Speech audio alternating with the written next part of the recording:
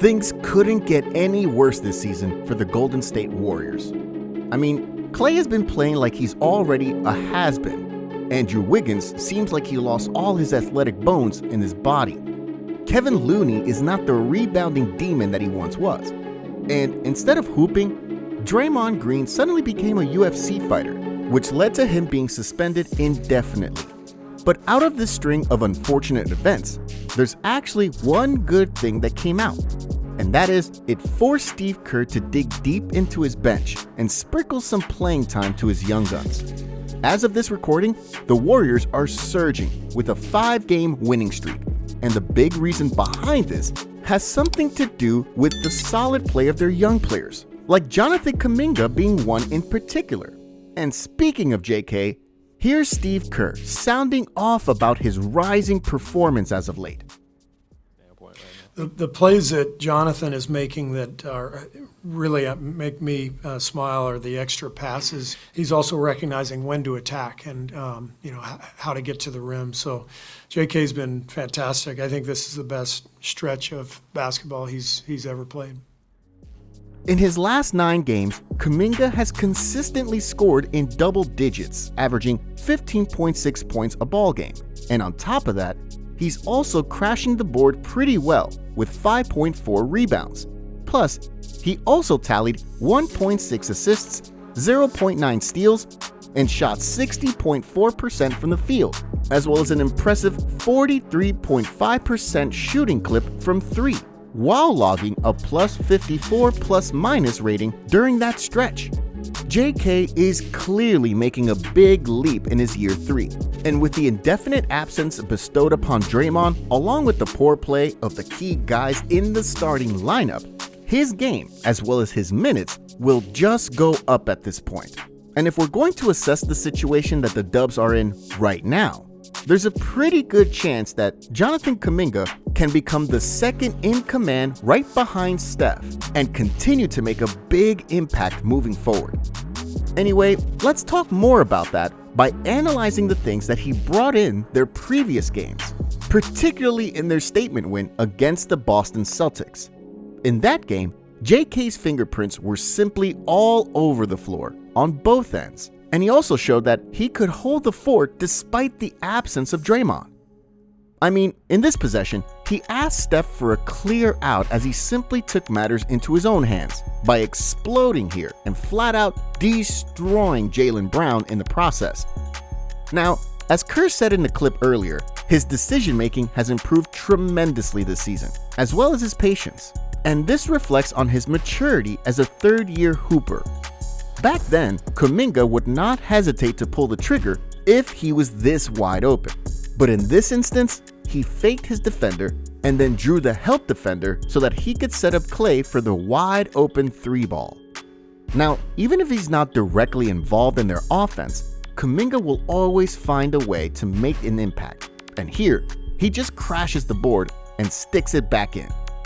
And when the Dubs needed a crucial stop in regulation, Kuminga took on the tough assignment by guarding Jason Tatum one-on-one, and he made sure that no buzzer-beating game winner was happening on that night. Against Boston, he scored 17 points, grabbed 7 rebounds, and added 2 steals and 2 assists in 34 minutes of play to round up an all-around game. As you can observe, JK has been doing things outside of his comfort zone, like setting up his teammates, rebounding, and playing tough D. And I think he's just showing Steve Kerr that he's more than capable of doing stuff that Draymond usually brings to the table. Now, speaking of that, here are JK's stats when Draymond is not around this season. As you can see, he's averaging almost 13 points, 4.4 rebounds, and 1.8 assists in 14 games without Draymond in the lineup. And from the looks of things, we can expect JK to continue or even put up better numbers than these, with Draymond being out indefinitely. Anyway, aside from the Boston game, Kuminga also had a big game against his former teammate Jordan Poole and the visiting Washington Wizards. And once again, JK unleashed his full arsenal in this game and proved that he could fill the big shoes that Draymond left. See, in that game, he also showcased his ability as a roller in pick-and-roll situations. And here, JK just slices through the gut of the defense and flushes down one home after Steph finds him. Then, in this sequence, Kuminga just hustled defensively to get the steal. And on the other end of the floor, Jordan Poole just got out of his way to avoid getting posterized. Now, once again, JK showed his improved decision-making here. Cause instead of forcing the issue, Kuminga drew a couple of bodies first before kicking it out to Klay for the uncontested corner splash. And after Klay misses the three here off the curl, look at Kuminga's off-ball activity here. And with no one boxing him out, JK just swoops out of nowhere and throws it down with authority. JK just dominated that game and went off against the Wizards by dropping 22 points, 4 rebounds, 3 assists on 81.8% shooting from the field and 50% from 3. And once again, JK showed that he's more than ready to take a bigger role with all the bad stuff that has been happening to them as of late. Anyway, with more than half of their starters playing at an all-time low, plus the fact that Draymond is missing in action, the stars are aligning now for Kuminga as he now has the golden opportunity to showcase his true potential while playing without restriction in terms of minutes. And the truth of the matter is, regardless of whether you start him or play him coming off the bench, JK will always deliver and be productive.